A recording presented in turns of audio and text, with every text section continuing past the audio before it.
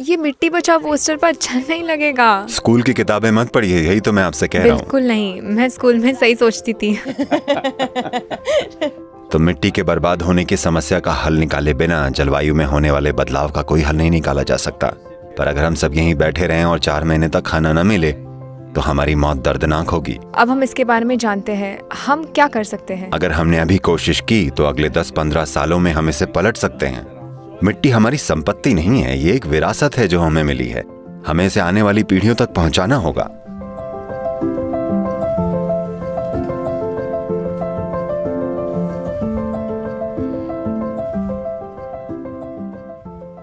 तो सद्गुरु, मैंने कुछ वीडियोस में आपको इसके बारे में बोलते सुना है और कुछ लेखों में भी मैंने पढ़ा है, पर उन सबका सार यही है कि सभी लोग जलवायु बदलाव की बातें कर रहे हैं, जो बहुत अच्छा है, जो एक नई चीज़ है। आप कहते हैं कि इनमें से कई मुद्दों को सही नीतियों से ठीक किया जा सकता है, पर एक मुद्दा जो ठीक नहीं किया जा सकता वो है मिट्टी का कटाव। नहीं, हम मिट्टी के कटाव की बात नहीं कर रहे हैं, हम मिट्टी के विनाश की बात कर रहे हैं। विनाश, आप सही कह रहे हैं। देखिए, अभी आप यहाँ हैं, आप पानी की धारा देख रही हैं। इस जगह पर पिछली बार कब बारिश हुई थी? 2.5 महीने से ज्यादा हो गए हैं, कम से कम 2.5 महीने, है ना? ये कैसे बह रही है? ये कहाँ से आ रही है? क्या पहाड़ की चोटी पर बर्फ है? क्या आपको यहाँ कोई बर्फ से ढके पहाड़ दिखाई दे रहे हैं? तो पानी कहाँ से आ रहा है? मिट्टी से। ऊपर की मिट्टी इतनी समृद्ध है कि 2.5 महीने पहले की बारिश का पानी मिट्टी में मिल गया। And now drop by drop, if you actually go up and if you have the patience to look, और अब बूंद बूंद करके इसमें मिल रहा है। अगर आप ऊपर पहाड़ पर जाएं और अगर आप में ध्यान देने का धैर्य हो, आप देखेंगे कि पानी बूंद बूंद रिस रहा होगा और ये बूंदें सब ऐसे इकट्ठा हो रही हैं। ऐसे ही इस पहाड़ से भी, यहाँ से अगर आप 5 किलोमीटर की यात्रा करें तो 4 धाराएं हैं। ये 4 धाराएं आगे जाकर मिल जाती हैं और जिसे हम नोयल नदी कहते हैं। ये नोयल नदी आगे जाकर कावेरी में मिलती थी। दुर्भाग्य से इन दिनों कुछ कस्बों ने उसे रोक दिया है, पर ट्रॉपिकल नदियां ऐसी ही होती हैं, बूंद बूंद। हमें साल में केवल 70 से 90 दिन ही वर्षा, मानसूनी वर्षा प्राप्त होती है। ये 90 दिनों का बारिश का पानी 365 दिनों तक टिकना और बहना चाहिए। जब तक हमारी मिट्टी जैविक या ऑर्गेनिक रूप से समृद्ध नहीं होगी, ऐसा नहीं होगा। तो मिट्टी के बर्बाद होने की समस्या का हल निकाले बिना जलवायु में होने वाले बदलाव का कोई हल नहीं निकाला जा सकता। हम यहाँ कैसे पहुँचे सद्गुरु? इसकी शुरुआत कैसे हुई?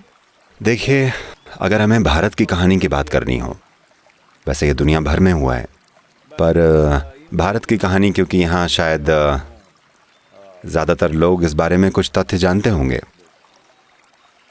उदाहरण के लिए, हमारे यहाँ 1950 तक भयानक अकाल पड़े हैं। 1942 बंगाल के अकाल से 4 महीने के समय में 32 लाख लोग मारे गए थे, 4 महीने के अंदर। देखिए, जब लोग अकाल में मरते हैं तो वो युद्ध जैसी स्थिति नहीं होती कि कोई बॉम्ब गिरा और हम सब भाप बनकर उड़ गए। खैर, वो अच्छी बात नहीं है, पर ठीक है, कम से कम हम भाप बन गए।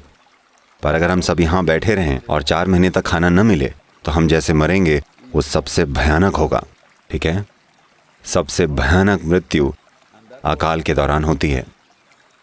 अभी ज़्यादातर लोग, कम से कम युवा लोग, सोचते हैं कि अकाल सिर्फ अफ्रीका में होता है। नहीं, 1950 तक भारत में अकाल हो रहे थे। ये संयुक्त राज्य अमेरिका समेत दुनिया भर के हर हिस्से में हुए हैं, अकाल हुए हैं। ठीक है, तो लगभग हर जगह अकाल पड़े हैं। अकाल के कारण कई सभ्यताएं ध्वस्त हो गई हैं, जैसे माया सभ्यता, मेसोपोटामियन सभ्यता, यहाँ तक कि रोमन शहर भी अकाल के कारण ढह गया। so what is a famine? For some reason we are not able to grow food where people need it. तो अकाल क्या है? अकाल यानी किन्हीं कारणों से हम वहाँ भोजन नहीं उगा पाते जहाँ लोगों को भोजन चाहिए। खैर, आज हमारे पास भोजन को एक स्थान से दूसरे स्थान तक पहुँचाने की अपार क्षमता है। अभी ये हो रहा है। विश्व खाद्य कार्यक्रम ने पिछले साल अफ्रीका में $9 अरब मूल्य का भोजन वितरित किया था। इस साल उन्हें 15 अरब की जरूरत है। तो ये और खराब हो रहा है, ये बदतर होता जा रहा है। तो आप कब तक भोजन एक जगह से दूसरी जगह भेजकर एक बड़ी आबादी को खिला पाएंगे? ये वाकई नहीं हो सकता। ठीक है, ये बिल्कुल प्रैक्टिकल नहीं है। तो लोग जहां हैं उन्हें वहीं भोजन उगाना होगा, कम से कम ठीक ठाक दूरी के भीतर हमें अपना भोजन उगाना होगा। अगर ऐसा होना है तो मिट्टी समृद्ध होनी चाहिए। हम इस स्थिति में कैसे पहुंचे, यही प्रश्न है। खैर, क्योंकि अकाल पड़ रहे थे तो हमने वो तरीके अपनाए जिसे आज तकनीकी खेती कहा जाता है, या इस देश में हम इसे हरित क्रांति कहते हैं। इस हरित क्रांति की उस समय बहुत ज़रूरत थी, क्योंकि वो एक आपातकालीन स्थिति थी। लोग मर रहे थे, सैकड़ों लोग, हजारों लोग भोजन के अभाव में मर रहे थे। तो वो आक्रामक रूप से फर्टिलाइजर वगैरह डालने लगे। पहले 3 से 8 साल इसने बहुत अच्छा काम किया। जबरदस्त फसल हुई। हाँ, जबरदस्त फसल हुई। पहले से ही मिट्टी काफी समृद्ध थी, और जब आपने उसमें और रसायन डाले तो जबरदस्त फसल या पैदावार हुई। देखिए, अभी आप अच्छा खाना खा रहे हैं और आप ठीक हैं, पर आप कुछ और विटामिन या प्रोटीन वगैरह अपने सिस्टम में डालें तो कल सुबह अचानक आप शानदार महसूस करेंगे। ठीक है, यही मिट्टी के साथ हुआ था। पर मान लीजिए, क्योंकि आपको इन गोलियों के लेने से बहुत अच्छा लगा तो कल आपने खाना खाना बंद कर दिया। आप बस मुट्ठी भर गोलियां खाने लगे, जो कि कई लोग करने लगे हैं। ठीक है, आपको कीमत चुकानी पड़ेगी। ये वही कीमत है जो हम चुका रहे हैं। तो हम भूल गए हैं कि मिट्टी की जैविक सामग्री से ऐसा होता है। देखिए, अभी इसे रेत कहते हैं। ये रेत क्यों बन गई है? अगर आप इसमें पर्याप्त जैविक सामग्री डालेंगे तो ये मिट्टी बन तो जाएगी। ये मिट्टी बन जाएगी। अगर आप मिट्टी से सभी जैविक पदार्थ निकाल देंगे तो वो रेत बन जाएगी। इसे मिट्टी का रेत बनना कहते हैं। तो आप इस पर खेती नहीं कर सकते? नहीं, मिट्टी का रेत बनना इस समय विश्व की सबसे गंभीर समस्या है। दुनिया के बड़े हिस्से रेगिस्तान बनते जा रहे हैं। आपने मुंबई से उड़ान भरी थी, है ना? ठीक है, वहाँ हालत इतनी बुरी नहीं है, पर अगर आप यहाँ कोयम्बटूर से दिल्ली के लिए उड़ान भरें तो हर 5 मिनट में आप खिड़की से बाहर देखिए। उसके लिए आपको विंडो सीट लेनी चाहिए। ठीक है, मैं हमेशा खिड़की वाली सीट लेती हूँ। वरना आप अपने पड़ोसी को देख रहे होंगे, वो अच्छी बात नहीं या है। गली में। तो अगर आप बाहर देखें You see almost the entire country except Western Ghat region and Northeastern तो आप region. पश्चिमी घाट क्षेत्र और पूर्वोत्तर क्षेत्र को छोड़कर देखेंगे कि लगभग पूरा देश एक भूरे रंग के रेगिस्तान जैसा दिखेगा। औद्योगिक खेती के साथ हमने यही कर दिया है। औद्योगिक खेती का मतलब क्या होता है? हम तो भूल ही गए कि हमें मिट्टी को समृद्ध रखना था। मिट्टी की समृद्धि क्या है? समृद्ध भूमि का अर्थ क्या है? देखिए, अभी आपकी स्कूल की किताबों ने बताया है कि अगर आपके पास नाइट्रोजन, फास्फोरस और ये वो हों तो फसल होगी। ये जीवन की बिल्कुल गलत समझ है। देखिए, अभी आप सबसे अच्छा खाना खा सकते हैं, आप उसे तब तक नहीं पचा सकते जब तक कि पेट में माइक्रोबायोम ना हो। सूक्ष्म जीवों या माइक्रोब्स की मदद के बिना आप अपना खाया हुआ भोजन नहीं पचा सकते। आपके शरीर के 60% हिस्से में सूक्ष्म जीव हैं, केवल 40% ही आपके माता पिता का हिस्सा है। तो हमारे पास कुछ भी अपना नहीं है। कुछ भी हमारा अपना आप नहीं सूक्ष्म है। जीवों के मालिक हैं। ओके, आपको उन्हें मैनेज ठीक है। करना होगा। तो ये ठीक है, कुछ तो है। 40% जेनेटिक सामग्री माता पिता से आई है, बाकी सब सूक्ष्म जीव। सूक्ष्म जीवी हैं। मिट्टी में भी इससे बड़े पैमाने पर ऐसा ही होता है। अगर इन पेड़ों को पोषण प्राप्त करना है तो ये सीधा मिट्टी से नाइट्रोजन, फास्फोरस या दूसरी चीजें नहीं ले सकते। उन्हें सूक्ष्म जीवों के साथ आदान प्रदान करना पड़ता है। सूक्ष्म जीवी ही असली व्यापारी हैं। यह व्यापार इतना पेचीदा है कि इसके सिर्फ थोड़े से ही हिस्से का अध्ययन हुआ है, पर इससे जो कुछ भी प्रकट हुआ है वो इतना जबरदस्त लेन देन का दृश्य है।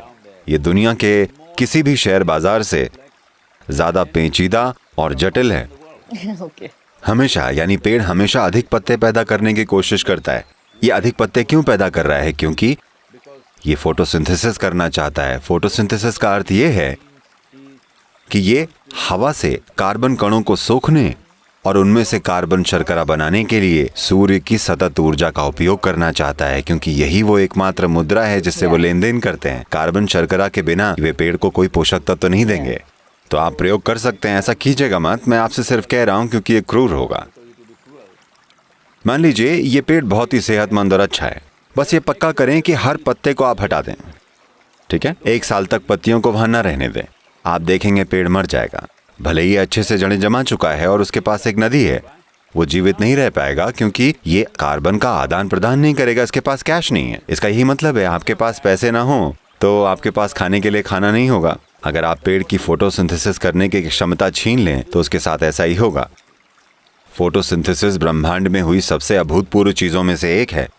क्योंकि ये चीज इस ब्रह्मांड में और कहीं नहीं हुई है, ये केवल यहीं हुआ है।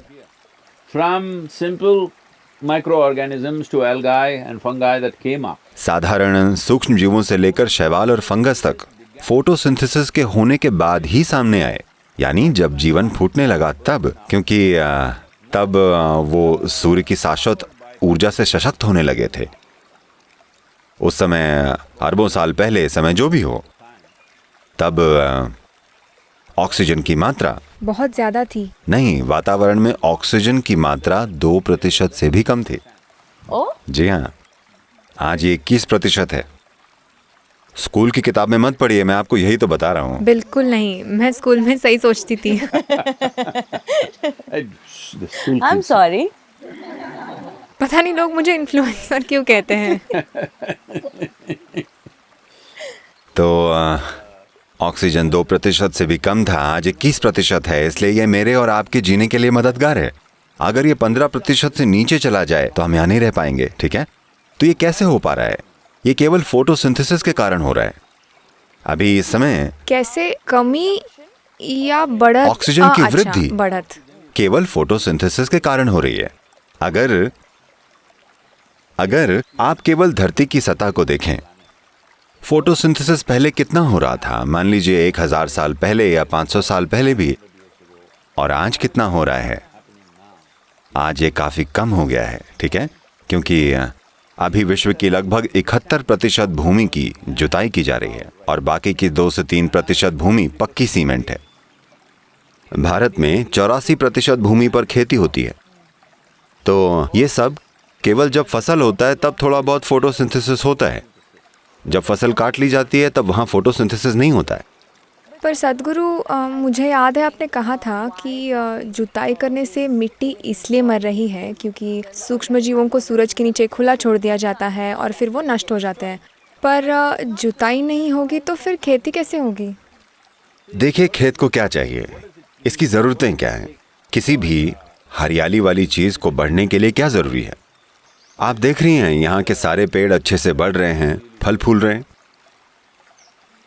या आपको लगता है वो यहाँ हल जोत रहे हैं? पर फिर किसानों को साल भर फसल कैसे मिलेगी? नहीं, मैं उस पर आऊँगा। वो यहाँ हल नहीं जोत रहे हैं, है ना? तो जिस चीज़ की ज़रूरत है वो है ह्यूमस। जुताई क्यों? सबसे पहले जुताई क्यों ज़रूरी है? जुताई मिट्टी को ऑक्सीजन देने के लिए है। आप उसे खोलना चाहते हैं। अगर ये हार्ड पैक्ड है तो आप उसे ऐसे खोलना चाहेंगे। अगर आप इसे खोलना चाहें तो इसे करने का सबसे अच्छा तरीका ये है कि जैविक सामग्री ज्यादा हो, जिससे सूक्ष्म गतिविधि इतनी हो कि मिट्टी बहुत छेददार हो जाए, तभी तो वो पानी सोख रही है।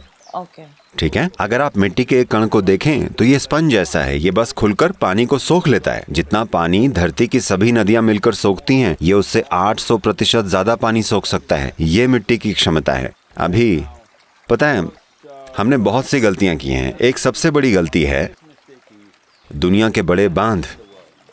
आज संयुक्त राज्य अमेरिका ने वहां के 900 प्रमुख बांधों को बंद कर दिया है क्योंकि उन्हें पता चल गया है कि ये गलत है। It's wrong. पर हम आज भी बांध बना रहे हैं क्योंकि आबादी की मांग है। मेरे खेत को पानी चाहिए, आपके खेत को पानी चाहिए। देखिए, अगर आप मिट्टी में जैविक सामग्री बढ़ा दें, अभी भारत की 62% भूमि में यह 0.5% से भी कम है। अगर आप इसे 8 से 10% तक बढ़ा दें तो आपकी सिंचाई की जरूरत घटकर अभी से 30% रह जाएगी। अगर आप मेरी बात समझ नहीं पा रही हैं तो आइए थोड़ा आगे चलते हैं। बारिश 2.5 महीने पहले हुई थी, पर अगर आप अपने हाथों से इस जंगल में खुदाई करेंगे तो हाथ गीले हो जाएंगे। पेड़ों और फसलों को बस इसी चीज की जरूरत होती है। पेड़ को नम मिट्टी की जरूरत होती है क्योंकि सिर्फ नम मिट्टी में ही सूक्ष्म जीव पनपते हैं, क्योंकि वो अरबों गुना हो जाते हैं। मिट्टी को समृद्ध बनाकर। जी हाँ, यही वो समृद्धि है जो पौधा चाहता है। पर अभी हम सिंचाई करते जा रहे हैं। अगर आप जैविक सामग्री को 12 से 15% तक बढ़ा दें तो आपकी सिंचाई की जरूरत 10 से 15% तक कम हो जाएगी। 100 लीटर की बजाय आप 15 लीटर का उपयोग करने लगेंगे। क्या इससे दुनिया को फर्क पड़ेगा? डेफिनेटली। आप कम से कम अपने दांतों को दिन में 2 बार ब्रश कर पाएंगे, क्योंकि बहुत सारे लोग कह रहे हैं कि पानी की कमी की वजह से हम अपने दांत नहीं ब्रश कर पाते। मुझे लगता है कि पानी की कमी से ज़्यादा ये सिर्फ एक बेकार का बहाना है। नहीं, वो जलवायु बदलाव है। वो जलवायु बदलाव है। सांसों की बदबू से ऑक्सीजन की कमी हो रही है। पर सदगुरु, मुझे ये बताइए आप कहते हैं कि अगर हम हल ना चलाकर प्राकृतिक तरीकों से खेती करते हैं, देखिए, इसे वो सब नाम मत दीजिए। जरूरी बात यह है कि एक पौधे को क्या चाहिए। कोई भी पौधा हो, अलग अलग पौधों की थोड़ी बहुत अलग अलग जरूरतें हो सकती हैं, क्योंकि हर पेड़ असाधारण है। देखें, हम कहते हैं पेड़ों की ये प्रजाति जो यहाँ है, अगर आप इसके ठीक नीचे की मिट्टी का अध्ययन करें तो वहाँ अरबों तरह के सूक्ष्मजीवी होंगे जो सारे के सारे वहाँ केंद्रित हैं। पर अगर आप दूसरी प्रजाति ढूंढें और जड़ तक जाएं, वो प्रजातियां बहुत अलग होंगी।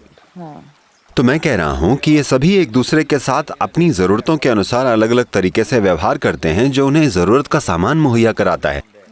उसी हिसाब से वहां एक बाजार चल रहा है, तो कोई सब्जी मंडी जाता है, कोई अनाज मंडी जाता है, कोई मछली मंडी जाता है। ये उनकी मर्जी है। ये बहुत पेचीदा और जटिल है। तो किसी भी पौधे के लिए क्या जरूरी है, आपको ये तय करने की जरूरत नहीं है। आपको बस खाद या ह्यूमस बनाना है। ह्यूमस का मतलब है सूक्ष्म जीवों के पनपने के लिए पर्याप्त जैविक पदार्थ है।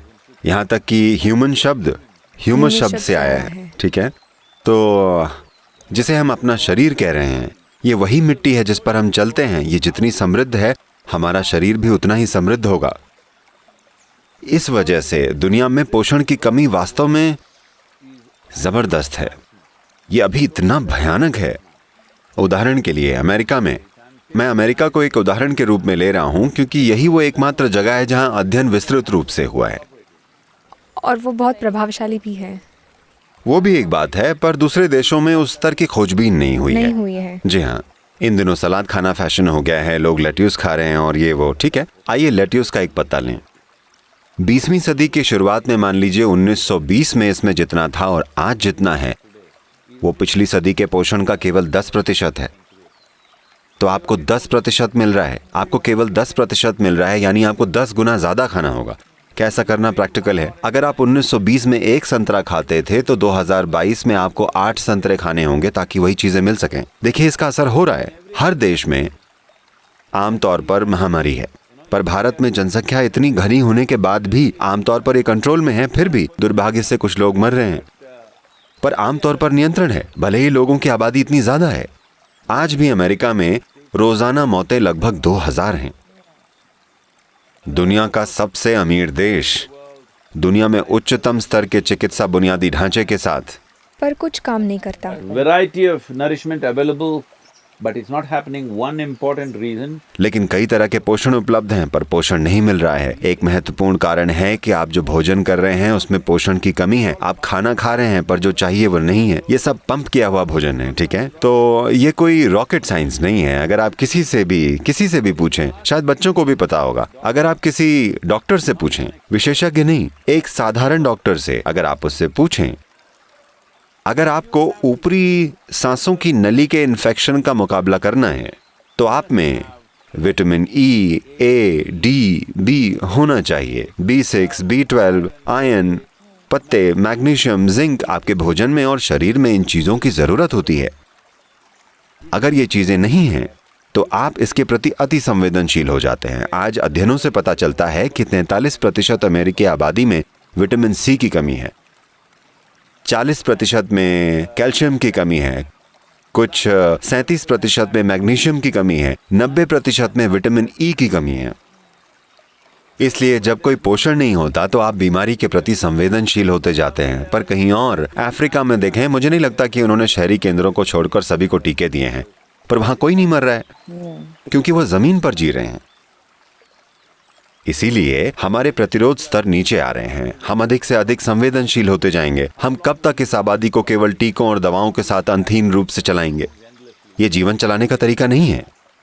हमें जीवन को मजबूत करने की जरूरत है। इसके ऊपर अगर कुछ आता है, हाँ, हम दवाई या वैक्सीन या उससे छुटकारा पाने के लिए जो कुछ भी जरूरी है उसे लेना होगा, पर मूल रूप से जीवन को मजबूत बनाने के लिए, जीवन की भीतरी बुनियाद को मजबूत करने के लिए, स्ट्रॉन्ग का मतलब सिर्फ बाइसेप्स नहीं है।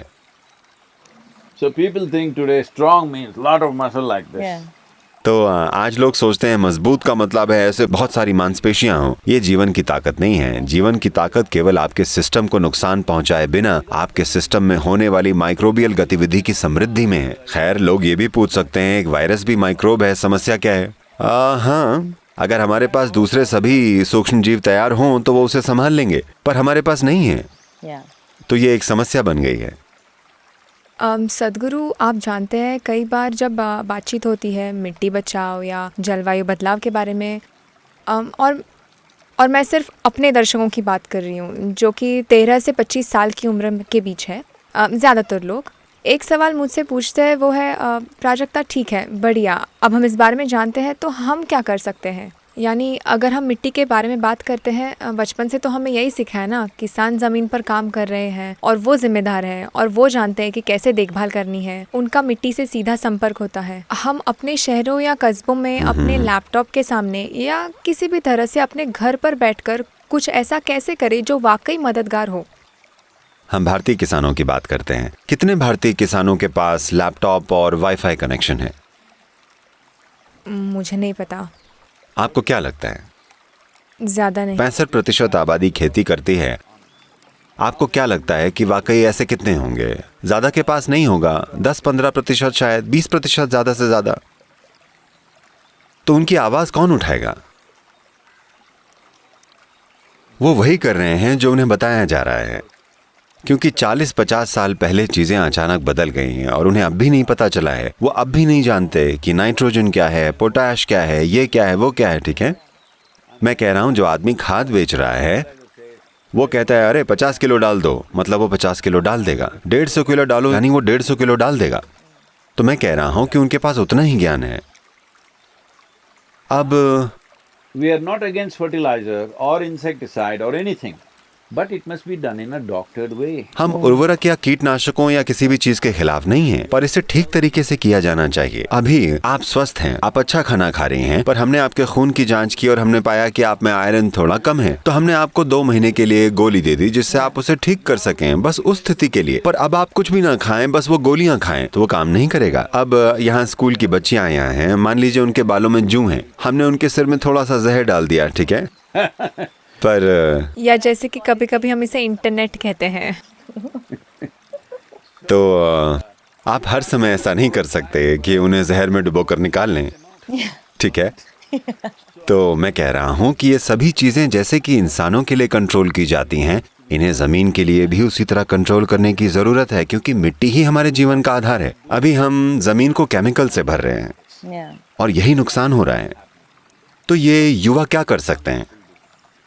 देखिए, मानवता के इतिहास में ये पहली बार है कि हम यहाँ बैठकर पूरी दुनिया से बात कर सकते हैं, ठीक है। कई महापुरुष आए, पर जब उन्होंने बात की तो मुश्किल से 10 लोग उन्हें सुन पाए। ये पहली बार है।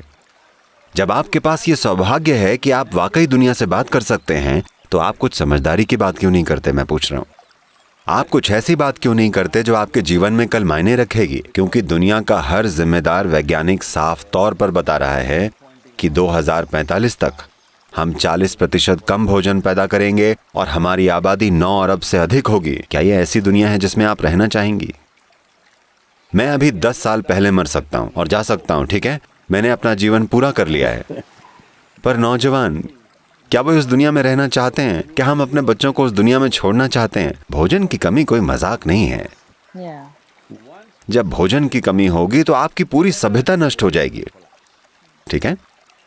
कोयम्बटूर शहर की कल्पना कीजिए, मान लीजिए कि 30-40% लोगों के पास खाने के लिए भोजन नहीं है 3 दिन।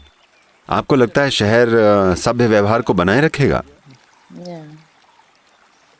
संयुक्त राष्ट्र की कई एजेंसियां भविष्यवाणी कर रही हैं कि 2045 तक देश में दर्जनों गृहयुद्ध होंगे, हर जगह खाने के लिए लड़ाई, खाने के लिए दंगे होंगे। हम नहीं चाहते कि दुनिया उस दिशा में जाए। इसे पलटने का अवसर मौजूद है और विशेष रूप से अभी यह जरूरी है, क्योंकि इस समय हम ऐसे मोड़ पर हैं कि अगर हम अभी काम करें तो अगले 10-15 वर्षों में हम इसे काफी हद तक बदल सकते हैं। और अगर आप 30-40 सालों तक ऐसा ही चलने देंगे तो जैव विविधता या बायोडाइवर्सिटी का नुकसान इतना तेजी से हो रहा है कि प्रतिवर्ष औसतन 27,000 सूक्ष्म जीवियों की प्रजातियां खत्म हो रही हैं हर साल। अगर हम इस गति से चले तो 40 साल में हम ऐसे मुकाम पर पहुंच जाएंगे कि अगर हम मिट्टी को ठीक करना चाहें तो 150 से 200 साल लग जाएंगे। दुनिया को वहां मत ढकेलिए, मैं बस इतना ही कह रहा हूं। और आपके पास अपना फोन उठाने और 100 लोगों तक पहुंचने की शक्ति है, कृपया ऐसा करें, बस यही करें। बात करें। आपको कहीं जाकर मिट्टी को ठीक करने की जरूरत नहीं है। अभी सबसे जरूरी है पॉलिसी में बदलाव। पॉलिसी क्यों? अभी देखिए, ये जगह अच्छी है, ये जगह हमारे योग केंद्र से जुड़ी हुई है। हम ये पक्का करेंगे कि ये जगह ऐसी ही रहे। ये योग केंद्र की नीति में लिखा जाएगा। 100 साल बाद, 200 साल बाद, चाहे जो कुछ भी हो जाए, आप पर कोई भी दबाव हो, हम उतना ही निर्माण कर सकते हैं। उदाहरण के लिए अमेरिका में हमारे पास लगभग 20,000 एकड़ जंगल है। टेनेसी में, जी हाँ। हमने 70% कंजर्वेशन के लिए प्रतिबद्ध किया है। ये वहाँ की फाउंडेशन के संविधान में लिखा गया है। हम उस 70% का उपयोग कभी नहीं करेंगे, वो हमेशा जंगल रहेगा। केवल 30% पर हम निर्माण करेंगे। ये पैसों का बलिदान है, ठीक है, पर आपको ऐसा करने की जरूरत है। हम एक संगठन है, पर अब सरकारों को ऐसा करने की जरूरत है, राष्ट्रों को ऐसा करने की जरूरत है कि आपको नीति बनानी होगी। हम भूमि के उपयोग के बारे में भी बात नहीं कर रहे हैं, हम सिर्फ इस बारे में बात कर रहे हैं, अगर आप किसी भी भूमि पर कृषि कर रहे हैं तो वहाँ कम से कम 3 से 6% जैविक सामग्री होनी चाहिए। क्योंकि मिट्टी हमारी संपत्ति नहीं है, ये एक विरासत है जो हमें मिली है। हमें इसे आने वाली पीढ़ियों के लिए ऐसे ही पहुंचाना चाहिए, वरना हम किस तरह के लोग हैं बताइए।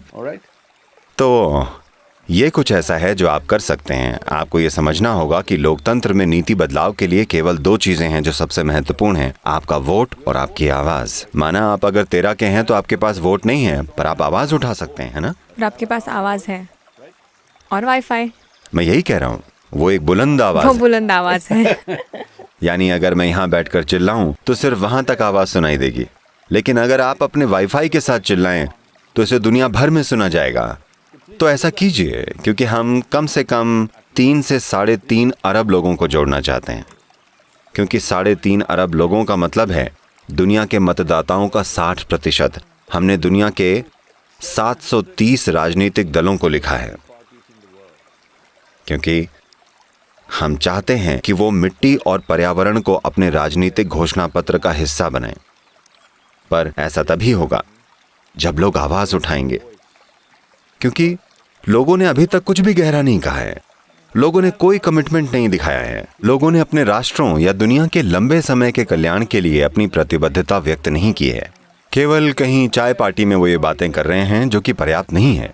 Raise your voice for 100 days from March 21st. 100 दिनों तक अपनी आवाज बुलंद करें। 21 मार्च से 100 दिन हर रोज मिट्टी की बात करें, कुछ कहें। सदगुरु, मेरा आखिरी सवाल, क्या हम अभी अपनी जीवन शैली में कोई बदलाव कर सकते हैं? क्योंकि जैसे आपने कहा, मिट्टी खाना बन जाती है और खाना हम खाते हैं, और यही चीज़ें हम पर कई सालों तक असर डालती है। क्या कोई ऐसी जीवन शैली का बदलाव है जो हम अभी कर सकते हैं और इस पूरी प्रक्रिया में मदद कर सकते हैं? हाँ, हैं। ऐसी कई चीज़ें हैं जो आप कर सकते हैं। मैं अभी लोगों से इस बारे में बात भी नहीं कर रहा हूँ, क्योंकि छोटी छोटी कुर्बानी भी अगर मांगी जाए तो लोग ऐसे चिल्लाते हैं जैसे उनसे कुछ छीना जा रहा है। मैं कह रहा हूँ अपनी मर्जी से जिएं, बस अपनी आवाज़ उठाएं। आइए पॉलिसियों को बदलें। हम पिछले 2 सालों से इस पर काम कर रहे हैं। पिछले 8 महीनों में हमने अलग अलग सरकारों के साथ काम किया है। लगभग हर सरकार और नेता जिससे हमने बातें की हैं वो सभी इच्छुक हैं, पर लोगों ने इसके बारे में बात नहीं की है। देखिए, आपको समझना चाहिए कि अगर किसी भी प्रशासन को कुछ पैसा किसी चीज़ में लगाना है तो कुछ चीज़ें छोड़नी पड़ेंगी, है ना? क्योंकि संसाधन हमेशा कम होते हैं, चाहे व्यक्तिगत संसाधन हो या राष्ट्र के संसाधन। ये हालात हैं। इसके लिए लोगों को बोलना होगा कि हमें लंबी अवधि के निवेश चाहिए, हम इससे गुजरेंगे। तो अभी यही जीवन शैली का बदलाव है। जब वो नीति में बदलाव करते हैं, अगर सरकार को जैविक सामग्री को बढ़ाने में निवेश करना होगा तो ये कोई बहुत ज्यादा पैसा नहीं है। आपकी जीवन शैली में कोई भी बड़ा बदलाव नहीं होगा, पर छोटी छोटी बातें बदल जाएं तो स्वीकार करें, नहीं? Instead of using nylon clothes, use some cotton, silk, linen. Nylon के कपड़ों के बजाय कुछ सूती, रेशम, लेनिन यानी कुछ जैविक कपड़ों का उपयोग करें। ये एक साधारण बदलाव है जिसे आप कर सकते हैं। बढ़िया है। और हमने सुना है कि एक बाइक की सवारी है, एक रैली जिसमें आप राष्ट्रों, शहरों, सीमाओं के पार जाकर मिट्टी और उसके महत्व के बारे में बात करेंगे। कृपया हमें उसके बारे में बताएं। ठीक है, हम 21 मार्च को लंदन से शुरू करेंगे। अकेली मोटरसाइकिल। बस एक? हाँ, सिर्फ एक मोटरसाइकिल? बस एक। लंदन से यूरोप होते हुए अरब तक और पूरे अरब से होते हुए भारत में प्रवेश होगा। हम दिल्ली तक 75 दिनों बाद पहुंचेंगे, क्योंकि ये इंडिया 75 साल है, इसलिए मैं अपने साथ इंडिया 75 का झंडा भी ले जा रहा हूँ। तो ऐसा किया जा रहा है और हम इससे संबंधित कुछ और चीज़ें भी करेंगे। फिर हम कावेरी पहुँचेंगे और हम 21 जून को योग केंद्र पहुँचेंगे, जो कि अंतर्राष्ट्रीय योग दिवस है। ज़रा देखिए कैसे कैलेंडर मेरे लिए व्यवस्थित है। It is Oh, wow. organized for me. ये बहुत बढ़िया और है। हाँ, 5 जून 75 दिन बाद जब मैं दिल्ली पहुँचूंगा, उस दिन विश्व पर्यावरण दिवस है। और जिस दिन मैं शुरू करूंगा 21 मार्च को, वो विश्व वन दिवस है। ये कैसा है? ये भगवान का प्लान है। पर सदगुरु, आपसे बात करके हमेशा अच्छा लगता तो है। इन देशों से गुजरते हुए हमें ये ओके। समझना चाहिए कि जब पर्यावरण की बात होती है तब कोई राष्ट्र नहीं होता। धरती और धरती पर मौजूद जीव आपकी राष्ट्रीयता, आपकी जाति, धर्म, आप जो भी हों, उसे नहीं पहचानते, क्योंकि ये सब बस फैंसी चीज़ें हैं जो आपने अपने दिमाग में बनाई है। यहाँ मिट्टी में बस जीवन और जीवन है। Yeah. For life. जीवन के लिए कोई सीमा नहीं होती, इसलिए इसे कई तरीके से बताने की कोशिश की जा रही है। और सबसे बढ़कर हम कई राष्ट्राध्यक्षों, पर्यावरण मंत्रियों, कृषि मंत्रियों से मिल रहे हैं। हमने एक नीति दस्तावेज लिखा है जिसे हम सभी देशों के पास ले जाएंगे, हर राष्ट्र के लिए एक विशेष दस्तावेज अलग से। इसके लिए हमारी वैज्ञानिक टीम के साथ बहुत प्रयास किया गया है। तो हम उन्हें ये भेंट देंगे। और एक बड़ा दस्तावेज है जो कि कंप्यूटर पे देखा जा सकता है, ये सभी के देखने के लिए उपलब्ध होगा। ये दस्तावेज क्या है? उसमें सैकड़ों ऐसे तरीके हैं जिनसे आप मिट्टी में फिर से जान फूंक सकते हैं। ये तरीके आप जैसे चाहें वैसे करें। ये तरीके लैटिट्यूड की स्थिति, आप जिस क्षेत्र में रहते हैं वहाँ जो मिट्टी के प्रकार मौजूद हैं, उस राष्ट्र की आर्थिक स्थिति और निश्चित रूप से वहाँ की खेती की परंपराओं के आधार पर बनाए गए हैं। क्योंकि आप रातों रात कृषि परंपराओं को नहीं बदल सकते, चाहे कुछ भी हो जाए। हाँ, मैं अगर ये आप एक पूछने वाली जबरदस्त थी। विचार भी प्रस्तुत करें तो भी चीजें तभी बदलेंगी जब वो विचार मौजूदा परंपरा के साथ तालमेल में हो। तो इन सभी को देखते हुए हमने सैकड़ों तरीके अपनाए हैं जिनसे आप आसान बदलाव के लिए। हाँ, और हम एक समिति भी बना रहे हैं जो छोटे राष्ट्रों को संभालेगी। इसलिए हम कई देशों के साथ समझौता ज्ञापन या MOU पर हस्ताक्षर कर रहे हैं। अभी से ही लगभग 11-14 राष्ट्र मुझे लगता है आ चुके हैं और भी आएंगे। ये ज़बरदस्त है। धन्यवाद, आपके समय के लिए बहुत बहुत धन्यवाद। और बहुत धन्यवाद अच्छा मत लगा। कहिए आइए इसे संभव आइए बनाएं। इसे संभव बनाएं। हाँ। आइए इसे कर दिखाएं। इस पीढ़ी में अगर हमने ऐसा नहीं किया तो हमें पछताना पड़ेगा। ओके, तो ये वाओ, ये 2 मिनट की तरह लगा, पर ये काफ़ी ये बढ़िया एक था। सेम कॉन्वर्सेशन रही। ये एक सेन कॉन्वर्सेशन थी। ये समझदार बातचीत थी। तो मैं आपसे बात करने की वजह ढूंढ लूंगी ताकि मैं सेन कॉन्वर्सेशन को मोस्टली सेन में डाल पाऊँ, जो करना भी चाहिए। धन्यवाद सदगुरु, बहुत बहुत धन्यवाद।